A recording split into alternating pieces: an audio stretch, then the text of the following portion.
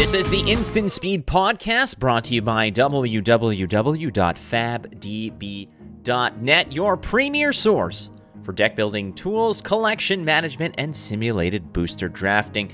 Upgrade your account at www.fabdb.net. Get access to all the coolest features and bring your game to the next level. Yes, it is episode 18 of the Instant Speed Podcast, friends, and I have one hell of a guest for you. That would be the creator, the godfather himself of Flesh and Blood. Mr. James White will join us in just a moment to dig into all of those naughty topics that we want answers to. Oh yes, but before that, we've got the facts, friends. Now, at the time of this recording, which is right now as I'm recording this new segment, it is February 1st, around 2 p.m. Eastern Standard Time. We still have not gotten the big drop, the big news announcement that has been teased on fabtcg.com about, well, Pro Tour number 1. And in the interview to come with Mr. James White, he is so adamant about the importance of that event, about how it is pivotal to the future of competitive Flesh and Blood. So we cannot wait. Now, I don't know what it is. By the time that this airs on February 2nd, I would imagine that it is out, but I couldn't wait any longer, so I had to record this now. Second piece, well, a great review about the viability about paper wrappings, specifically for Everfest, was done by the professor. You can see the video. It is embedded onto fabtcg.com, but go ahead and check out the content there. It is an excellent video to watch, not just about the viability of the paper wrappers, the sustainability, the environmental impact, etc., but just what it does to the cards, and is it a proper way to protect them and ship them. Great video, not going to spoil it. Go check it out. Finally, the Everfest spoilers indeed are all done. If you're missing any of the cards, you can go check out the card galleries on fabtcg.com or on www.fabdb.net. They are all there. Go to fabdb.net. You can see all the cards and start theory crafting and building your decks. Oh, yes. Mr. James White is around the corner, ladies and gentlemen, right after these words from our sponsors at www.fabdb.net. And that's it. It's done. All of the Everfest spoilers are out there, friends. They're out in the ether, so you can get ahead and get your grubby little hands on them. But how about the theory crafting? Why don't you get a head start on your opponents? Start building decks with www.fabdb.net. Theory craft to your heart's desire. You can go ahead and play with the cards. Get all of your deck building needs in one place. That will be www.fabdb.net. Upgrade your account. Plenty of cool things. All the Everfest cards are there, so you can start cramming them together, get some stats on them as well, and just play test, friends. Also simulated booster drafting, collection management, all kinds of great tools and resources at your disposal. Upgrade your account at www.fabdb.net. You will not regret it, friends. Bring your game to the next level. Upgrade that account. The Instant Speed Podcast is honored and privileged to speak to the creator of Flesh and Blood, the game we all love and adore. Unfortunately, Mr. James White is slightly delayed. Oh, hold on a second. Is that James White's music?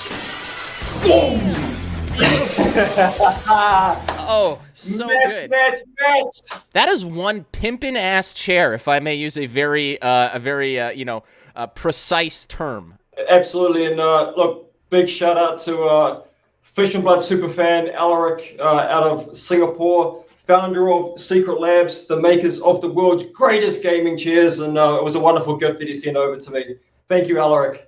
It's awesome. Well, again, no introduction needed for Mr. James White, again, the creator of Flesh and Blood, here on the Instant Speed Podcast. I'm very, very excited. There's so much that we got to get into here, James, and we have to basically tackle a laundry list of important topics that people are just clamoring to hear you give some wisdom on and shed some light on. But the most important one right off the bat is the fact that you've already been very open with the community. You've had an interview already with Kellen, a.k.a. Red Zone Rogue, which I've listened to multiple times.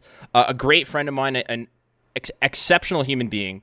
And there was one tidbit of information that was shared on that podcast, on that interview, is that you are a wrestling fan. And I need to know who your favorite wrestler is. I have my list, but I need to know who James White cheered for and who are the heels that you were, just booing when they came down to the ring. Yeah, for real. So wrestling has kind of been a two-phase part of my life. When I was a younger fella back in the 80s, it was all about the Ultimate Warrior, and the pinnacle match for me was definitely when he laid the smackdown on Hulk Hogan at WrestleMania like 5 or 6 or something. It was like one of those rare occasions where you get like two faces, two superstars adored by fans around the world, and just the clash of the goodies, of the good guys, and there was just an epic match for like I don't know, I was like 7 years old or something at that time, and had the WrestleMania poster up on my bedroom wall, and Ultimate Warrior was definitely a big one. From that era, like I really like Demolition, like Smash in particular. He just looks so badass with his like spiky black, red, and white face paint. I nearly got expelled from school for doing the finishing move, Demolition finishing move on somebody with my buddy who came off the top rope of the tree trunk down on his neck, and he was gasping and choking. And I was off to the headmaster's office, and I was lucky to get out of that one alive. And then like fast forwarding about 10 years from that, like there was another big phase of wrestling when I was probably around 18. I left home and I went out flatting, and it was like Friday night, get the beers rolling and the roar on the tally, and me and my mates would all sit around. And during that period of time, like Triple H was my guy, just the king of badass, mean, buff, just the pedigree. Just I loved his ring entrance. You must remember when he was like Hunter Hearst Helmsley, the blue blood, who the worst thing that he could do was fight in one of those like slop matches against like the Godwin twins or something like that, where the loser got thrown into a pig pen full of like dirty slops and stuff. Like that was, but then that became Degeneration X, and that's when I got into it. That's when my era. And living in Canada, we had the joy of, in the winter when everything was covered in snow, all of those top rope maneuvers that we did in the schoolyard were cushioned by a nice layer of snow. So there was plenty of pedigrees and top rope like leg drops, and a lot of us basically getting detention for doing the suck it motion to one another. So that was our experience. Do you have a favorite wrestler nowadays? I know that it's the luster of wrestling is gone, but Royal Rumble just occurred, and I watched it, and I'm like, none of this really appeals to me. I mean, I'm still a CM Punk fan. I'll always love CM Punk, but do you still get drawn into that kind of showmanship? If I'm honest with you, I haven't watched wrestling for quite some time, but there are some big wrestling heads in Legend Story Studios, for sure. But I'm more old school, man. Like, around the Degeneration X, like the Shawn Michaels at the top of his game. Like that was sort of like the sunsetting of my wrestling engagement. And but it always has a fond place in my heart, and I have a lot of respect for the showmanship, like you say, man. It's part of it. That's usually what bleeds into a lot of my broadcasting and like my casting of events. Is if I had a dream, it would be that every competitor would have walkout music and it would have the same levels of drama. That is just my own personal selfish wish, is that if I would love it, man. And maybe one day, maybe there could be some kind of invitational where we give it a little bit of a wrestling kind of, little bit of a twist. I have that dream too, my man. We share that one, and we'll try. It's on the wish list. I can tell you. Please, I can just see it right now. Oh my, that's James White music. And you come in with like that lightning briar at the right time, like that man had a family, by God, like those kind of things. So good. All right, well, the first thing I want to do is congratulate you on Everfest and a really, really great spoiler season for that. Everyone is exceptionally excited for what's to come, and we're days away. When this is going live, it will be February 2nd, and we are merely a couple days away from the actual official launch of Everfest. How did you feel about the spoiler season in general and how it unfolded? Look, I think it came together very well, and thank you for being part of the previous season as well, Matt. Well, thank you for including me. It was great. Personally, I liked the shorter previous season. I thought short and snappy was good, and it was fantastic to see the different content creators, showcasing the product and sharing their experiences in different ways. And it was a wild ride. I always really enjoyed previous season, and just seeing what content creators do and their first reactions. Like first reactions is a really big deal for me. So look, all in all, I think it was really positive. Great feedback about the paper wrappers. Which was something very important for us with this product, is showcasing that sustainability with the fully recyclable paper wrappers. And we've been working on that for a long time. That was years in the making. thanks to our partners at Cardammundi. But yeah, look, obviously it was disappointing towards the end of previous season to see the leaks coming out. Channel 5 was copped a lot of flack for what happened there. Out of fairness, there were major leaks coming out of Europe prior to the Channel 5 box break. And there was some miscommunication at Channel 5 where they thought that the whole set was in the public domain, and that's why they went ahead with the box break, which was absolutely an awful thing to do. And they have subsequently gone out and apologized to the content creators who were affected. And as the content creators that I feel the most sorry for who were affected by that, there were still people in the queue to release their individual cards, let alone the pack openings and the box openings that was still to come through. So I really feel for the content creators who were affected by that. But Channel 5, they fucked up and they've acknowledged it, and they're trying to put it right by reaching out and apologizing and trying to make it up to the people affected. But yeah, I do just want to put it in perspective that the leaks didn't originate with Channel 5. It was with something that came out of Europe that we're investigating, and we absolutely don't want to see that happen again. And we'll be putting some measures in place to try and tighten things up as we lead into the next preview season. And that's one thing that us as content creators, first of all, it's an immense privilege to be able to see the content prior, be sent the physical card, but then to share it with everyone else. It's just a little bit of, it's a great reward to have for us who not only enjoy the game, but making content for it. So you guys give us the opportunity to go ahead and share that joy with everybody. And what I've noticed amongst the community is there is this mutual respect amongst everybody of not only should you be very careful about not breaking the non-disclosure agreements or whatever the promises you make about not sharing the content prior, but just the fact that if someone does share something, you do retweet the original tweet. You don't copy and paste the picture and claim it as your own, which is, I guess, kind of like an NFT kind of thing all in general too. But ultimately, when there was the CFB box break issue, like there was immediate backlash towards it of people saying this is not right, so maybe you guys should sort of take care of it. And I'm glad that there was ownership taken and that it has since been resolved, so to speak. So as far as I understand, right, there's all have the ships essentially been righted in this case? Are the waters calmer in that regard? Yeah, I mean, look, we had a very blunt, stern conversation with the team at Channel 5, and they communicated to me how it came to happen, and which I just shared with you, and they feel awful about it, right? And like the senior leaders at Channel 5, Marshy and John, they've done what they can to try and remedy the situation and reach out to the content creators that were affected, and they know that they messed up. And look, they owning the mistake, and they're doing what they can to address it.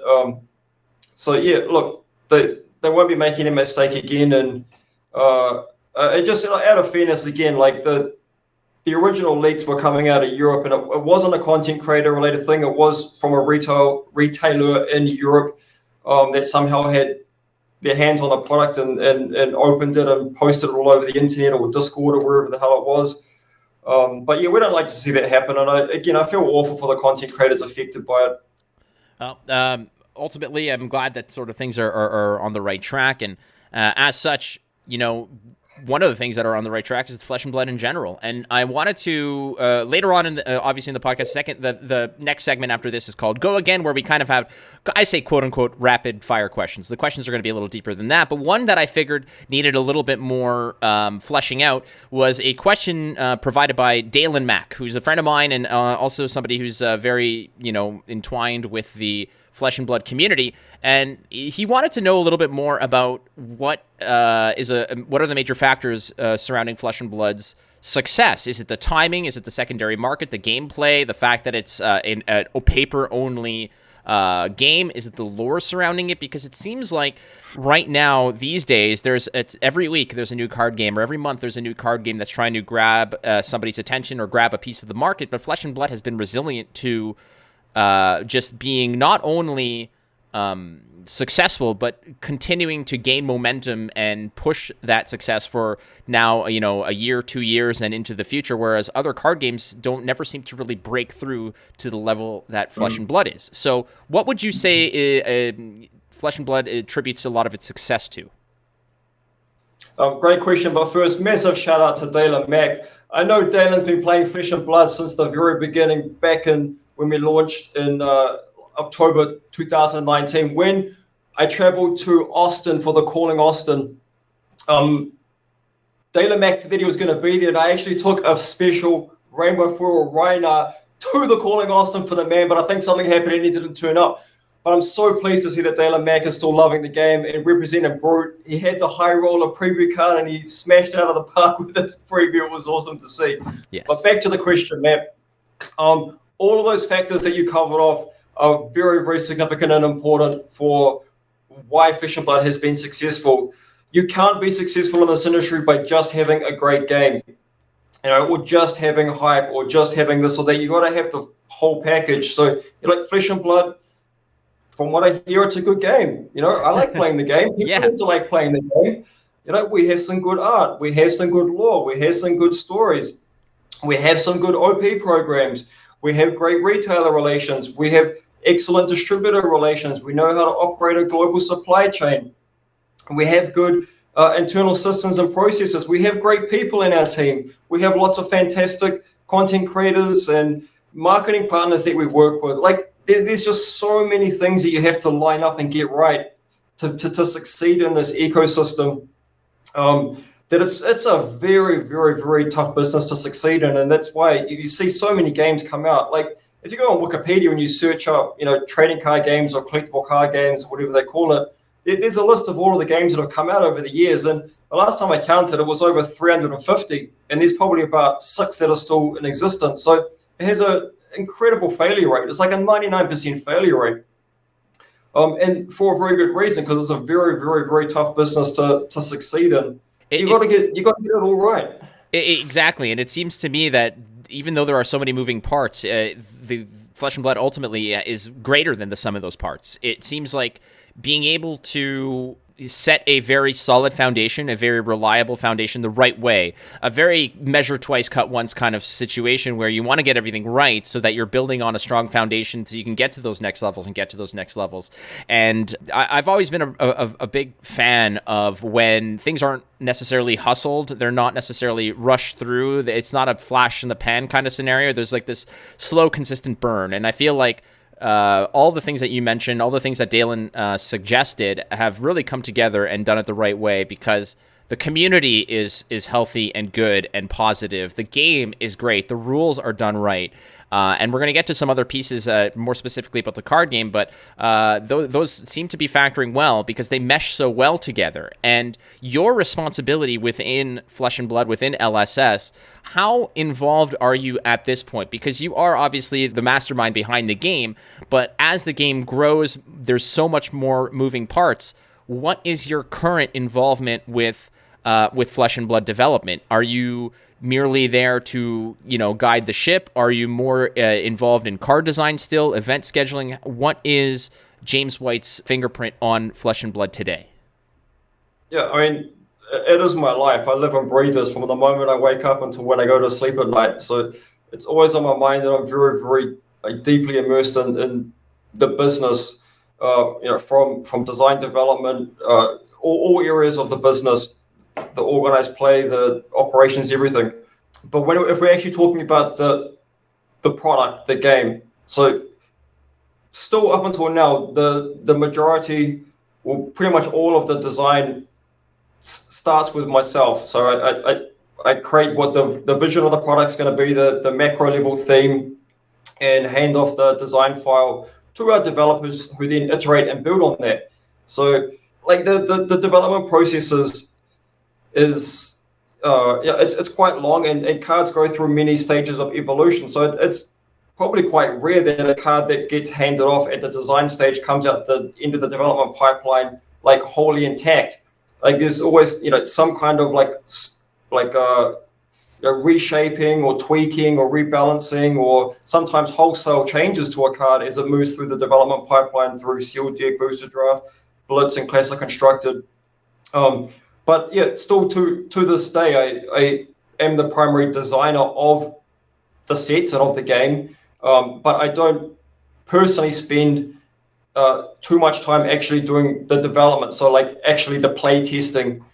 We have a team of hardcore gamers who they former Magic Pro players and competitive Yu-Gi-Oh, like World Championship level Yu-Gi-Oh players, and we have a collective team of just incredible players who actually just play the game every day, Monday to Friday, 40 hours a week, and that's what their job is to develop the game to make sure that it's as balanced as it can be to the best of our ability.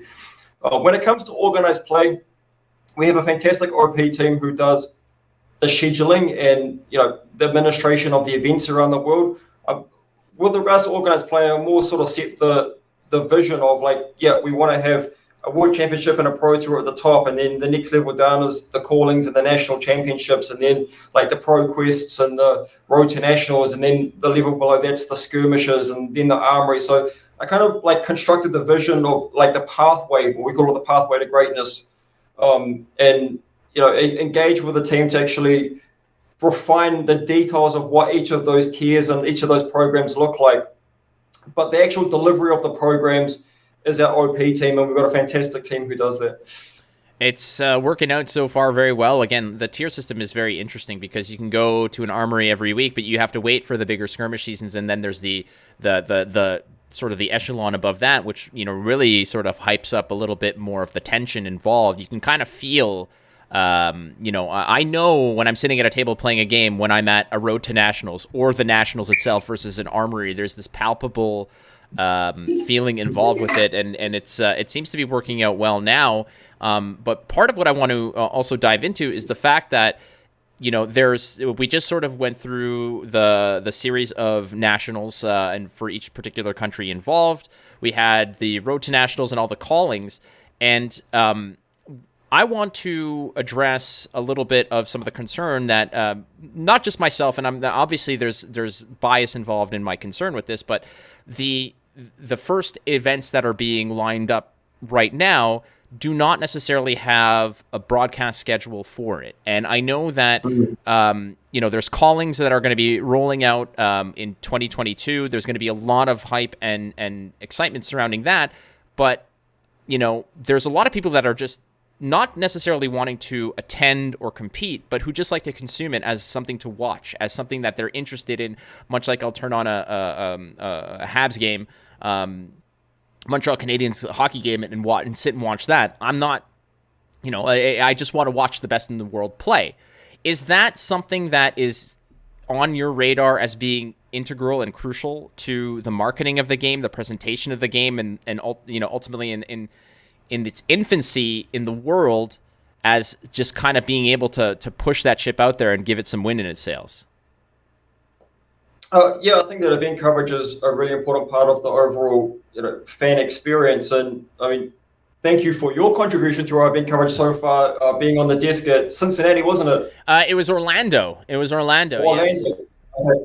Yeah, thank you very much. I think you did a fantastic job. But thank you. Yeah, I think we have a lot to learn in this area, and I feel very grateful to have great partners like Channel Fireball, and recently announced Star City Games bringing Flesh and Blood onto their tour, including the calling. The first one in Indy, coming up soon. I think it's in March. Yes. But it's through our partnerships with people like Channel Fireball and Star City Games that we see ourselves being able to deliver, high quality event coverage.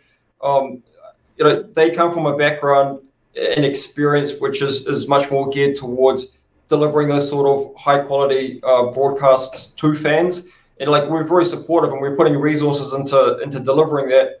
I think that we made a good start with the events that ran the calling series and US National Championships that ran the back end of last year. I know that there was some fan feedback about different bits and pieces that we can do to improve on that, and I think that we did improve on some of those things as the events rolled through. But look, just in general, my attitude is we should always be, striving for excellence and looking at how we can improve, whether it's event coverage or product or programs or marketing or engagement. All of these things, we're always looking for how we can learn and grow and get better. But yes, it is an important part, and I do agree with you that we need to be doing a great job there to get the game out there to the wider audience, including the people at home who want to follow along but can't be there in person.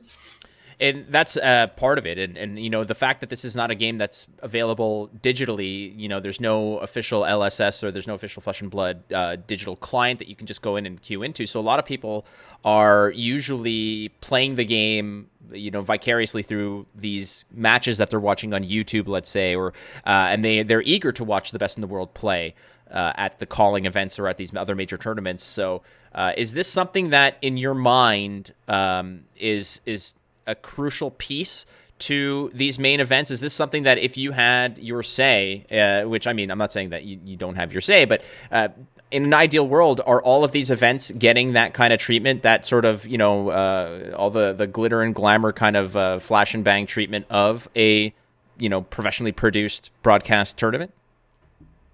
Well, I think that it's appropriate to have like that level of top tier production at sort of the calling and the Pro Tour and World Championship, and it's not possible to do it at every single calling either. But certainly, it's sort of the marquee events we would like to be delivering to a very high standard.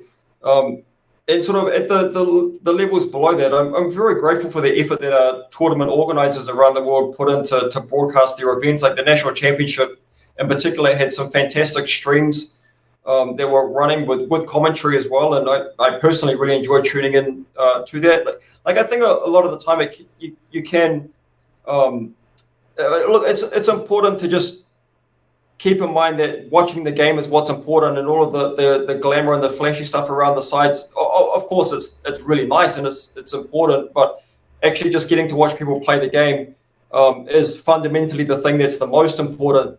And yeah, I've really enjoyed watching a lot of the streams that our TOs have, put on through programs like National Champs. Oh, they're excellent, and I have definitely been sitting there watching some of the matches as recently as the Australian National Champions, which Hayden Dale won, and I had a great chat with him where he walked me through that final game that he won, which was, to the naked eye, it seemed like an odd match, but he walks you through it, and he kind of just peels back the layers of like, this is just how good I am. I was so good, you had no clue what the hell was going on. That's basically how that he's went. Impressive. He is very impressive and an excellent and awesome human being as well. In terms of the competitive level, you mentioned ProQuest and the Pro Series, etc. At what point is, what amount of focus is placed on the Pro Series in terms of kind of ensuring the longevity and success of Flesh and Blood? How much stock are you putting into, the professional, the quote unquote esports element to Flesh and Blood? Look, I think it's really important to acknowledge that there's many different kinds of fans of Flesh and Blood in any trading card game, and it's one of the beautiful things about our industry is it appeals to different people in different ways. The aspirational pathway to the Pro Tour and being a pro player is something that's very important to me personally. Like I lived that journey in my younger years, and it was a very important part of my life, and I really want to preserve that opportunity for other highly engaged and motivated competitive trading card game players around the world. I think it's an incredible way to travel the world, see different places, meet new people, create an internationally reaching network of friends and associates, and and at the same time really challenge yourself mentally, to strive for excellence. And so like the Pro Tour is a very important part of our overall plan. It is that aspirational pathway. We do want to create heroes within the Flesh and Blood community and have something for people to really aspire to. I love that. The fact that you mentioned we want to create and sort of develop heroes within the Flesh and Blood community, and not just heroes in the game, but the actual players themselves, much in the same way that people have their favorite, rock star or actor or this or wrestler for that matter. I always envision that the health of the game is when people can really not necessarily dive into the game itself, but get behind a player because they like their style, they like their interviews, they like their swagger. You want faces and heels within the game itself.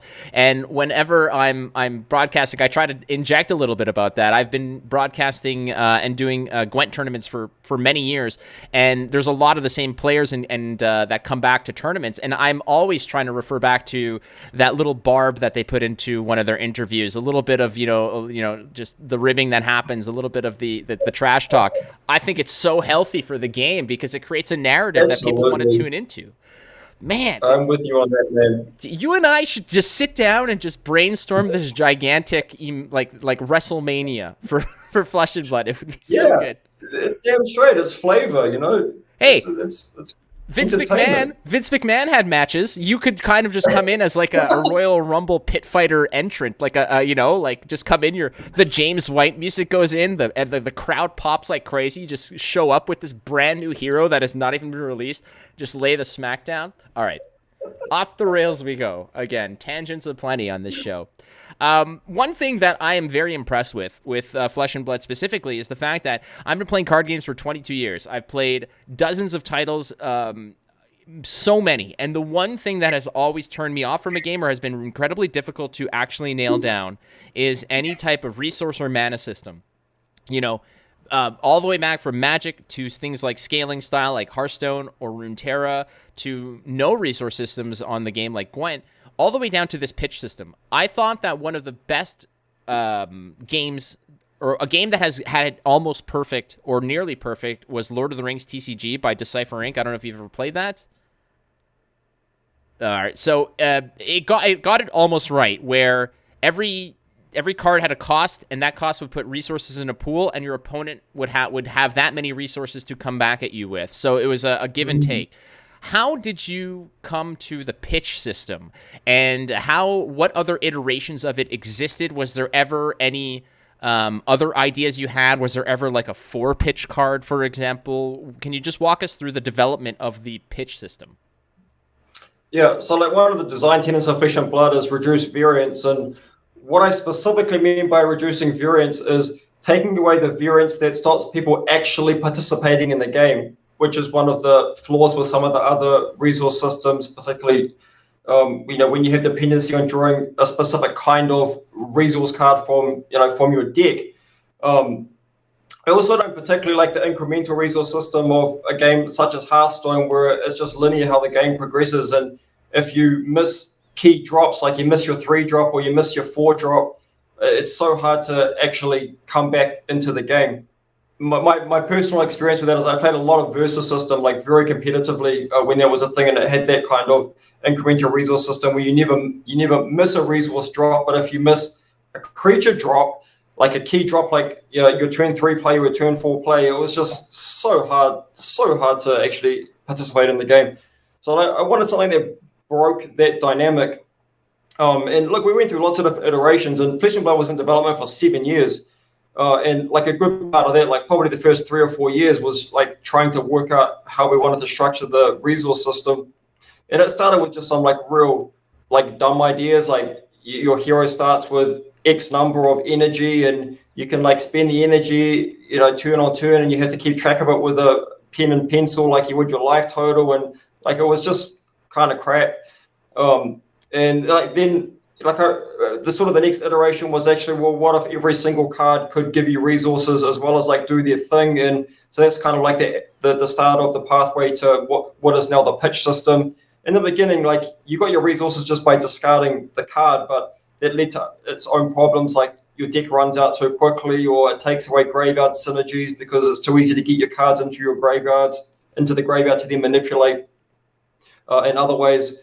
And yeah, it took quite some time, like a number of years, to actually work out, well, we can have this pitch zone where your cards get pitched to, and then they go back on the bottom of your deck, and then that creates like this really interesting design space where you get to see the cards that you've pitched later on in the game. And as we played more with it, we realized, oh, that's actually really interesting how typically in a deck, you're pitching your blues to play your reds. So you get back around to your pitch stack again, and you're left with like all of this clunky shit in your deck.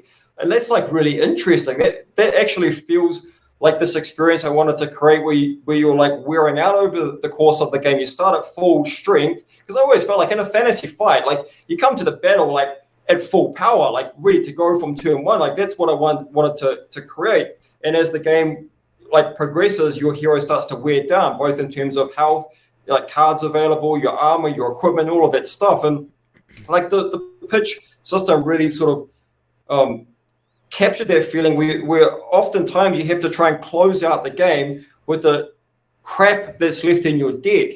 And yeah, that's kind of where we ended up. It feels so organic, and I like the analogy that you meant, where you come in with a fighter, and if you're basically throwing all your haymakers early, you're going to run out of gas real fast. I learned real quick when playing Katsu that having only blue Whelming Gust Waves and Rising Knee Thrusts at the end of the game is not going to get you very far. So the importance of being able to pitch stack and think about those long games, it adds an extra layer, and I feel like the pitch system just feels right. It feels great. So the other iterations that you guys came up with before arriving at the pitch system, do you think that there's going to be any potential tweaking? Are you not just satisfied with the pitch system, but do you feel like there's potential room for further adjustment or further maybe expanding on it to a degree? Oh, there's lots of interesting things we could do with resources and the pitch system, and yeah, there's a ton of design space there. But look, we all in good time. We got time. We were very, very, very deliberate in spending 7 years to develop this game to make sure that it has enough scope in the game system to stand the test of time. So we've got decades worth of rich, wonderful design space to unlock. That's good to hear. That's great to hear. That's awesome. Part of that long-term strategy that you're talking about, you said you got decades to dig into, which sounds great as a player, as somebody who's so invested in this game. What about issues that plague other games? How has, let's say, power creep or standard rotation, how are these appearing on your radar, if at all? Yeah, so I think at the moment we have Blitz and we have Classic Constructed, and they're our core formats. And I'm sure over time there'll be other formats that we explore. But when it comes to creating a dynamic and interesting and evolving metagame within our core formats, we have the Living Legend model. And I think that we haven't seen any heroes get to Living Legend yet. So it's something that I hope that the fans can enjoy that journey and have a little bit of patience to actually see what starts to happen once heroes start rotating out by becoming a Living Legend. Like Chain's been a very top performer, and so has Briar, and Prism's doing very well now. But actually, what does the metagame look like when those heroes aren't legal anymore? And I think that's going to be a really, really interesting thing to witness and experience and observe over the next 12 or so months, once some of these tier 1 heroes start falling off, and there'll be new versions of a Shadow Runeblade, for example, or a different illusionist or whatever that come in or get introduced further into the future to fill that gap. But they'll be doing something different. Like they'll care about different cards and different strategies. And like maybe they're not as good, or maybe they're not as good at doing the thing that Chain was good at doing, but it's good at doing something different. So look, I think that's our approach, Joe. We wanted to create a non-rotating format, but the mechanism that keeps it fresh and dynamic is the fact that we have Living Legends, which does like bump out the best heroes eventually, and then that opens the door for other decks and other strategies to come through, and different heroes of those classes to step in as well with new product releases that take the old card pool, like the old Illusionist card pool or the old Runeblade card pool or Warrior card pool. It lets you do things with it in new and interesting ways. No, it's good to hear, and I'm glad that you brought up Living Legend status and that system itself, because I had this conversation with a few people that perhaps Living Legend system might be a victim of card banning and erratas, etc. Because it seems to me like there is there's the Living Legend system and heroes that are accumulating points based on their success in various tournaments, etc. But if they are too strong and accumulating too many points, usually there's a key element surrounding the success of that deck or that hero that gets banned before it gets to Living Legend. So in that regard, you're basically neutering the hero that is on its rise to Living Legend, so it might never get a chance to attain Living Legend. Meanwhile, there's this pocket of time where that particular hero is just running amok. And the answer seems to be in banning cards or erratas versus allowing it to naturally progress. Now, obviously, having, let's say, Chain or Briar or whatnot just run amok for so long, it could be detrimental to the game and the health of the game, etc. Do you feel like the Living Legend system is all right? Do you think that perhaps there's a situation where your vision of it might be a little bit too lofty in terms of how many points it needs to accumulate before it becomes a threat to be retired, so to speak? Yeah, so I think it's important to just recognize that we don't see Living Legion as being this way to solve meta games that have degenerated into something which is just not fun, right? Like, yes, if we changed nothing, eventually, obviously, Briar would have become a Living Legend, and you wouldn't have had to deal with her horrible embodiment of Earths anymore. Like, that's a given. But do we really want to subject all of the players around the world, including at the in-store armory level event, who just actually want to often go along and have some fun playing some cards, to that kind of experience for 6 or 9 or 12 months? Not really. And when we make these changes, like banning Seeds of Agony or making the changes to Briar, it's not about stopping those heroes from becoming Living Legends. Like, we think that those heroes are going to keep winning tournaments and become a Living Legend. And I mean, after the Seeds ban, Chain did a lot of winning. He performed very, very well across the National Championship season. He might not have won a lot of tournaments, but he certainly made a lot of top 8s and a lot of finals. So I think when we look at banning cards, it's very much about play experience. It's not just about like win percentages and like stopping someone becoming a Living Legend too fast. It's very much about the play experience. Like, Seeds of Agony was creating some pretty negative play experiences. Same with Embodiment in particular, and that's why we made those changes. Well, it's in terms of moving forward, what is the thought process that goes behind banning a card? Obviously, you guys do a very good job of explaining it when it is announced. Is there a sentiment of, I wouldn't call it necessarily failure, but perhaps a little bit of reflection in terms of perhaps there was a little oversight. This is another lesson for us to learn in terms of moving forward from design. Or when a card has to be banned, are you guys more so just impressed with the fact that the community found a way to just, smash home a hero or a deck or a strategy? What is the thought process behind when you guys make the decision for banning a card? Yeah, I mean, sure, there's definitely a sentiment of failure. Like, it feels, when I have to write those articles, it feels awful. Like, it's horrible.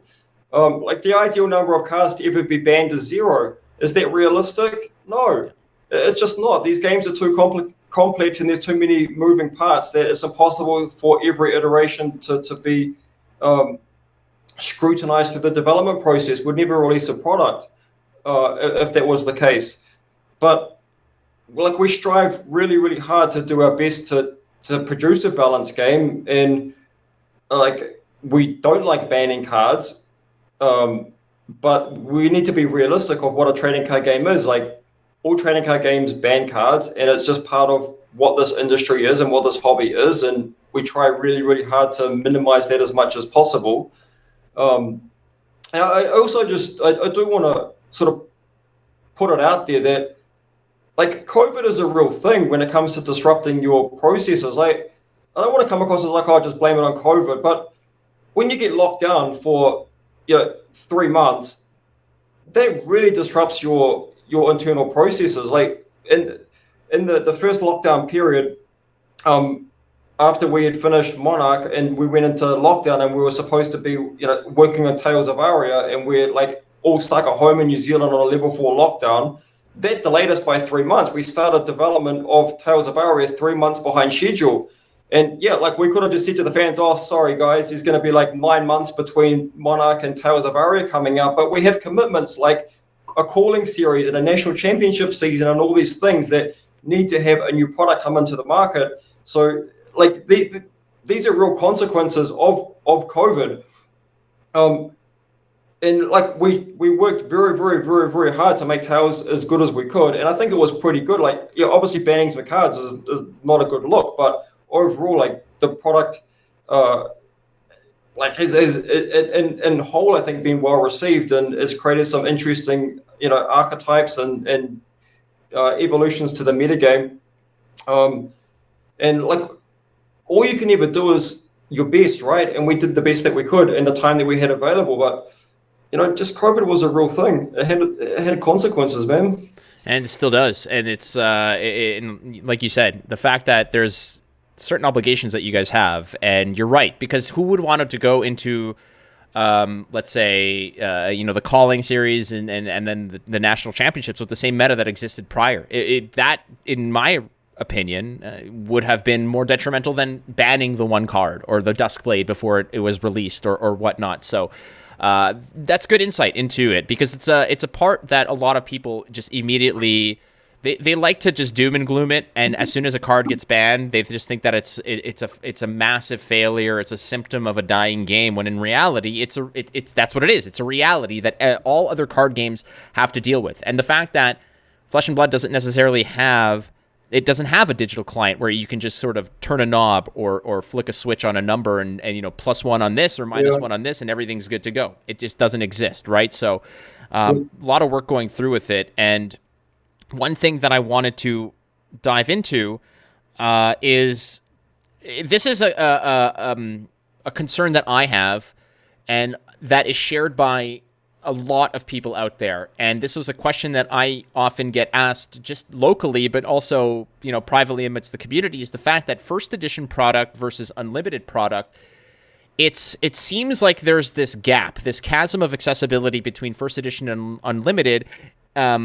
And the question is twofold. The first is, was first edition meant to be an appealing product for collectors versus everyone else, or was there just a matter of, well, this is just the first printing in the first wave and then unlimited comes through? And the second is there a perhaps plan to either reduce the time between first print and first edition and unlimited, or to eliminate it altogether and say, here's our first edition product. It has some alternate arts. It has the cold foils. It has a lot of good stuff for the collectors.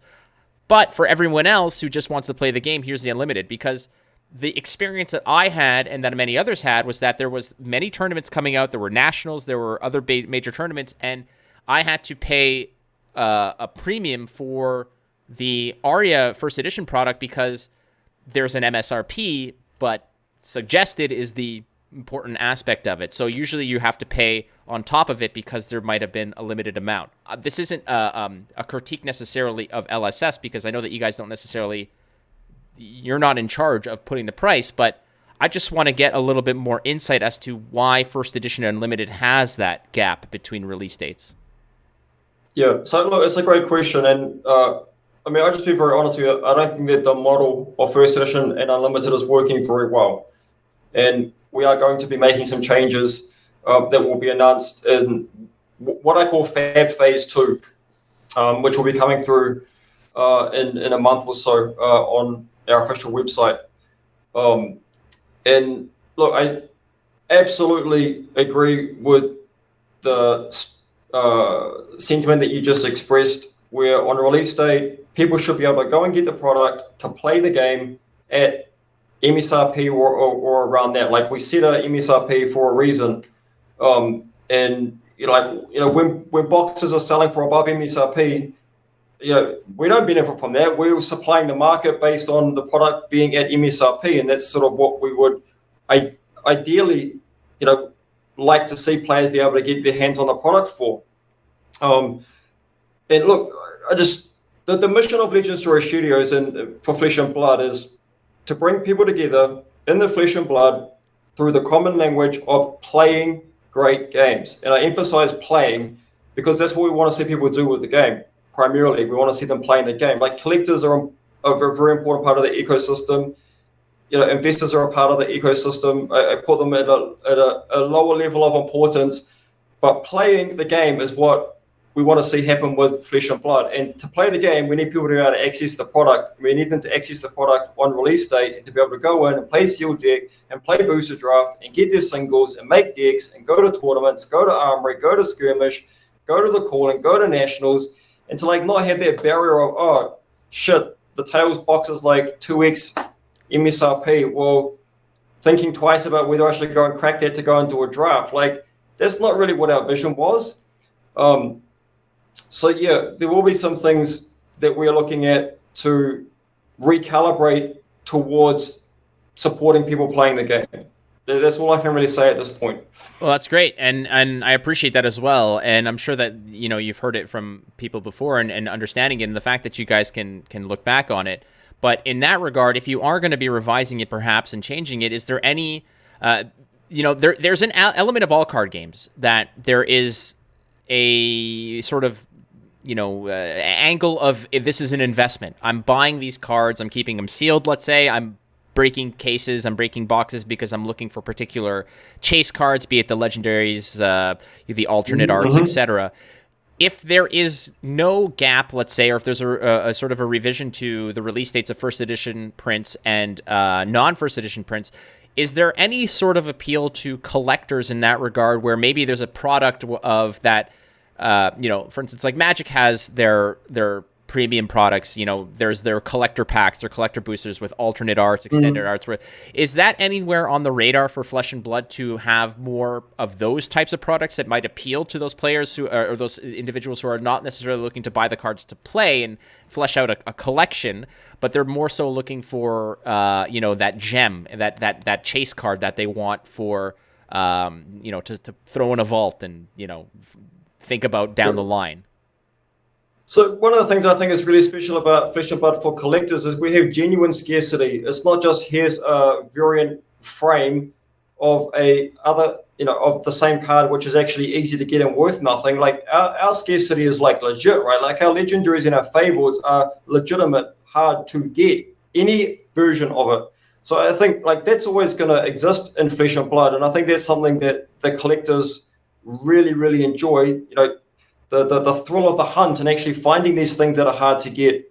And also, cold foils is a beautiful thing about Flesh and Blood, and we have no intention of stopping the cold foils and for that to sort of be carved out as this thing which is very, very special and coveted by collectors, as well as all of the special promos and things that exist in the wider ecosystem outside of the product itself. So look, we're very mindful of the collectability. I love collecting. I'm a big collector. Many of the people in our company love collecting. I mean, a lot of the people in our company just collect the game, particularly in the creative team. So we really do care about collectability, but we want to make sure that the product is accessible for people to play the game. And I think that we can achieve both of these things with a slightly different approach to how we're releasing the product into the market, and and it will support the retailers. The retailers will be happy; they're going to have stable supply with robust margins, and the players will be happy because they'll be able to access the product for MSRP or thereabouts. The market always decides that, and people will actually be able to get product to play with on release. That's what we want to see happen. Sounds good to me. You are Flesh and Blood. You and Flesh and Blood, they're the same thing. So English words, that's what I'm getting at here. But ultimately, Flesh and Blood and the sea of competitors. Are you a small fish in a big pond? Or are you guys a big fish in a big pond? How do you see yourself in this regard? And beyond that, James, is how do you envision this competition, be it from Magic or Pokemon, etc.? There's so many out there right now. Where do you guys sort of situate yourself? How do you deal with that competition in terms of pressure? Are you just doing your own thing, or are you keeping an eye, an ear to the ground to see what's going on around the around the competitive landscape of TCGs?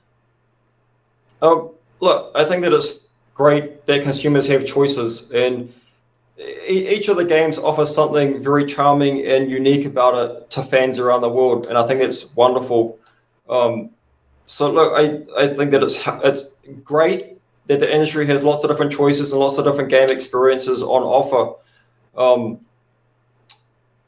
I'm more focused on just doing a great job, creating a great game and doing a great job for all of our partners, for the retailers and for the fans and for the community. And I think that if we can just keep doing a great job, that everything else will take care of itself past that. It's a good mentality to have. Just sort of take care of your own and keep the ship on track, and everything is gonna to work out. And again, the product is fantastic. The game is excellent. Mr. James White, again, the creator of Flesh and Blood. We have one more segment, Mr. James White. It's called Go Again. I've got 8 solid questions from the community. I hope you'll stick around and answer those. Absolutely, mate.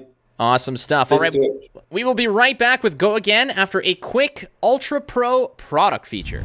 We've got another product feature for you from Ultra Pro. We've shown you already the Eclipse dice set and the 35-point hard case magnetics, but what about protecting those cards while you're playing? Well, we've got the matte deck protector sleeves and the Pro Gloss. We'll show you how these go in this product feature.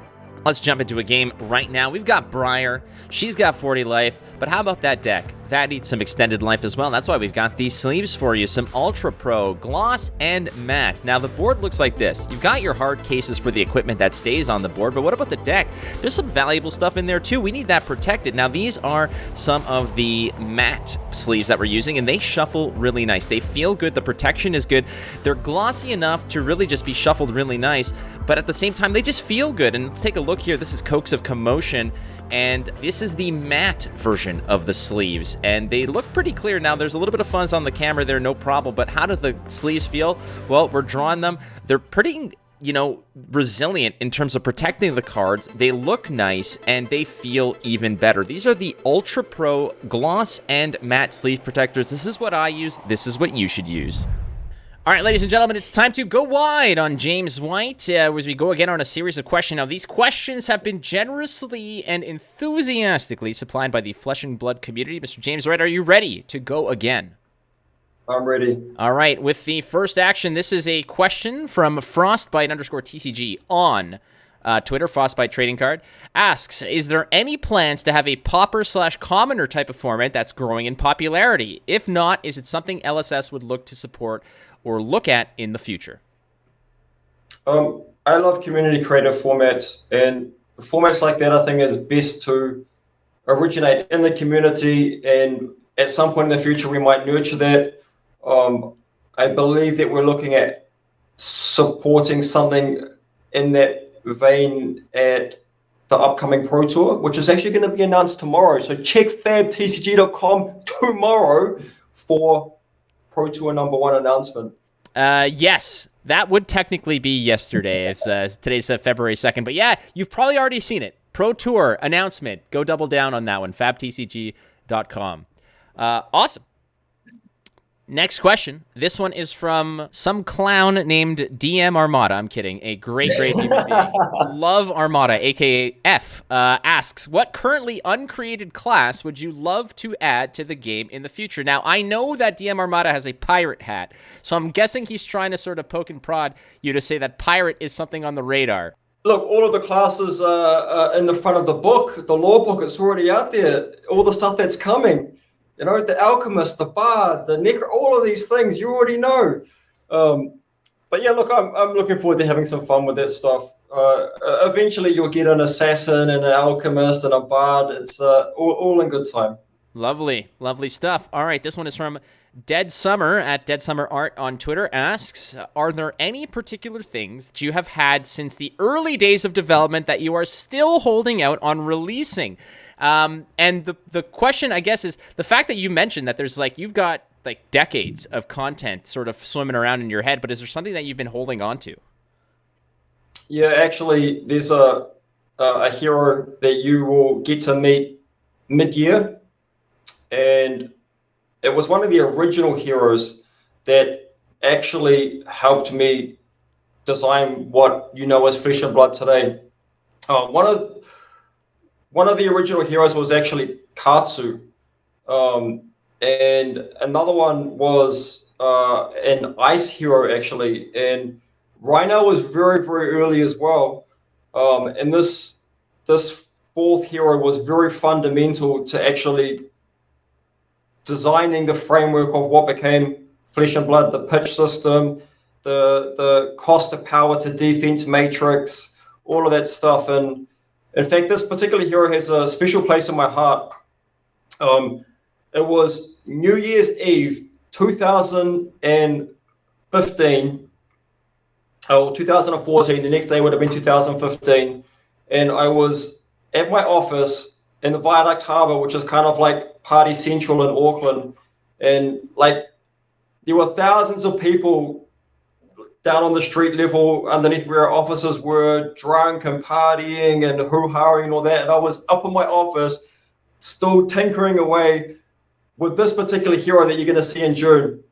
And it was at that moment that I had the eureka moment about the cycles.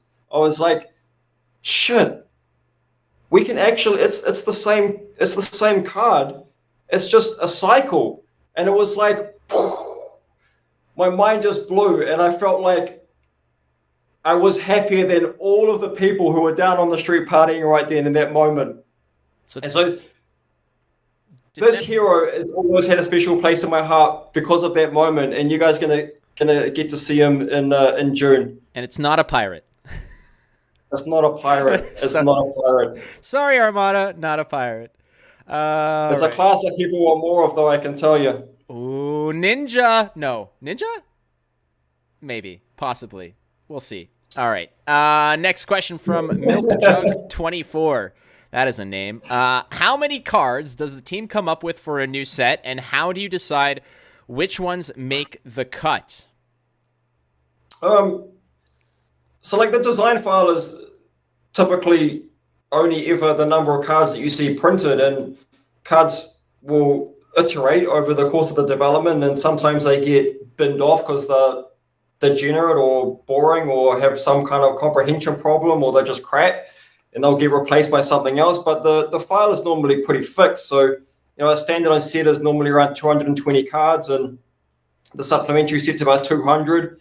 And yeah, the set file is pretty rigid, actually.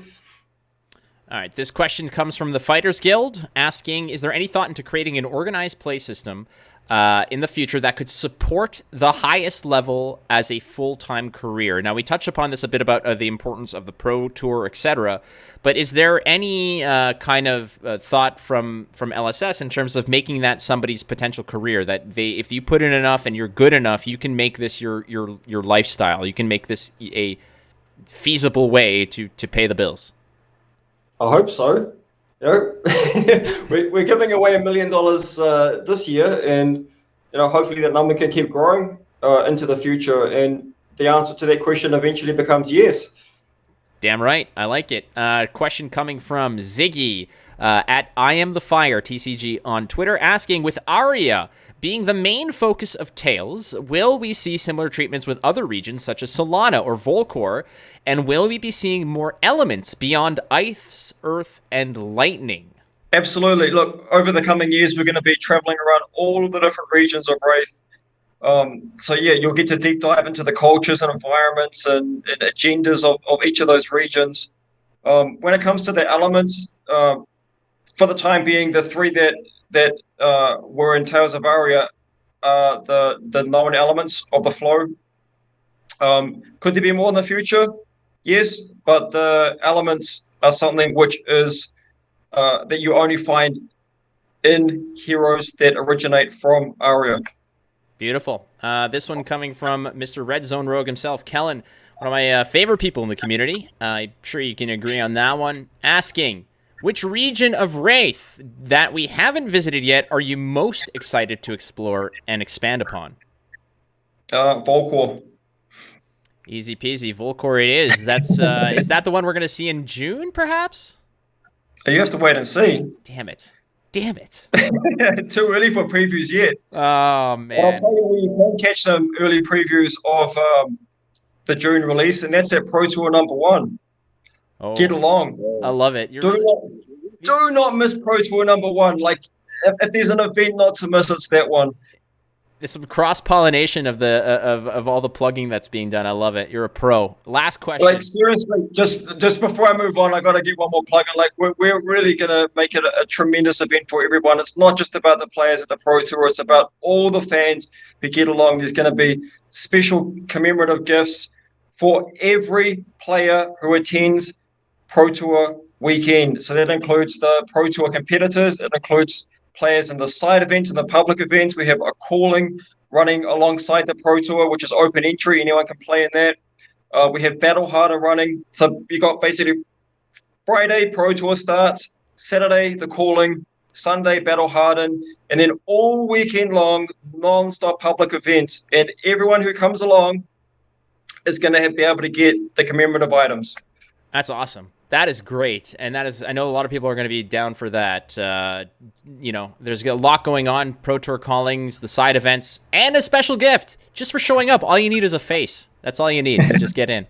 Last question, Mr. James White. This one coming from Greg at Darth Prentice on Twitter, asking, reprint plans, not just for the the expensive staples, but for the good stuff from the sets that are now out of print. So again, accessibility to cards is very, very important to us. There will be some more news coming on that front in maybe a month or so away. I can say that there will be opportunities for people to get important cards to play with again in a way that doesn't shit on collectors. Right, and that's a big part of it because it's a delicate balance, I would imagine. Well, that's really great to hear, James. Thank you so much again for being on the show, for the game that you created, and for making the game honestly just feel good to play and feel good to be involved in. Because I have been involved in so many different games, but I've rarely felt as welcomed and as accessible to the whole culture as Flesh and Blood has offered. So cheers to you, my friend. Thank you so much for doing the Instant Speed podcast. Thank you very much, Matt. Really appreciate it. And thank you for all your contributions to the community, man. You do a great job. Thank you so much. All right, friends, thank you so much for listening to the Instant Speed podcast. This has been Mr. James White, the founder, the creator of Flesh and Blood. Friends, don't forget, you're not losing if you're learning, so keep playing cards. You might win. We'll see you next time on the Instant Speed podcast. Thanks, mate. Get to Pro Tour number 1. From the man himself, get to Pro Tour number 1.